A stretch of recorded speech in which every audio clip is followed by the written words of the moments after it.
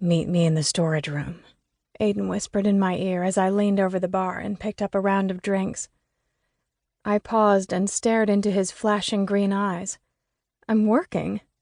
"Aren't we all?"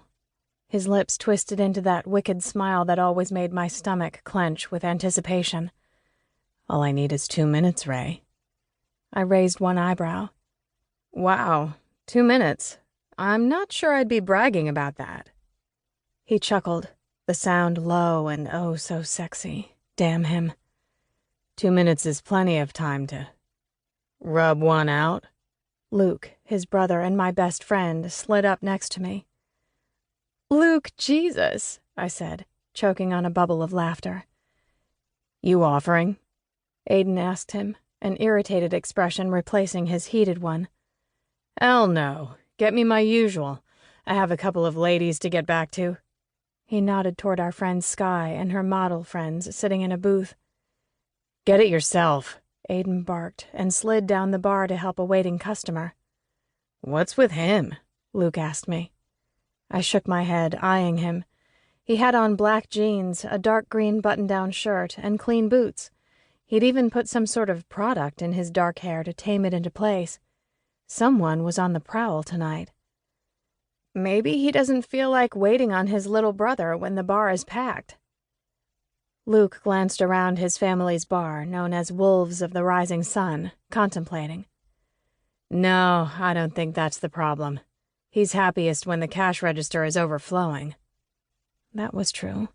The only time Aiden got upset was when someone was trying to stand between him and something that was his, like the land, his family, the business, or whatever girl was his flavor of the week.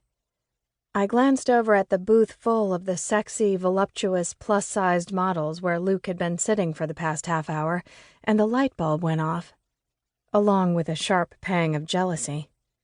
He probably has his eye on one of them. Take the wrong one home tonight and he'll be moody for days. Luke snorted. "It's mating season. I'm not planning on taking any of them home." Right. I rolled my eyes. Luke had commitment issues just like all the Riveaux boys did. I'm sure some psychologist would trace it back to when their mother took off years ago. I'd thought maybe things would change since the oldest of the three, Jace, had recently found someone. Skye. I'd hoped seeing him happy and mated would help the other two get over their bullshit and actually start dating, as opposed to their notorious one-night stands.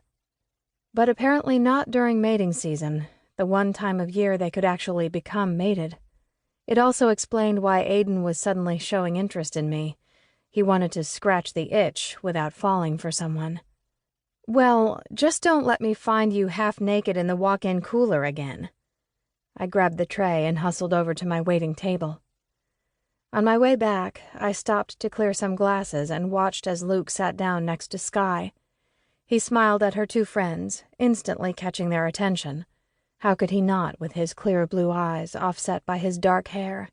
He was every woman's fantasy, except for mine. We'd been best friends since the first day of Miss Stacy's kindergarten class. He was the brother I'd never had,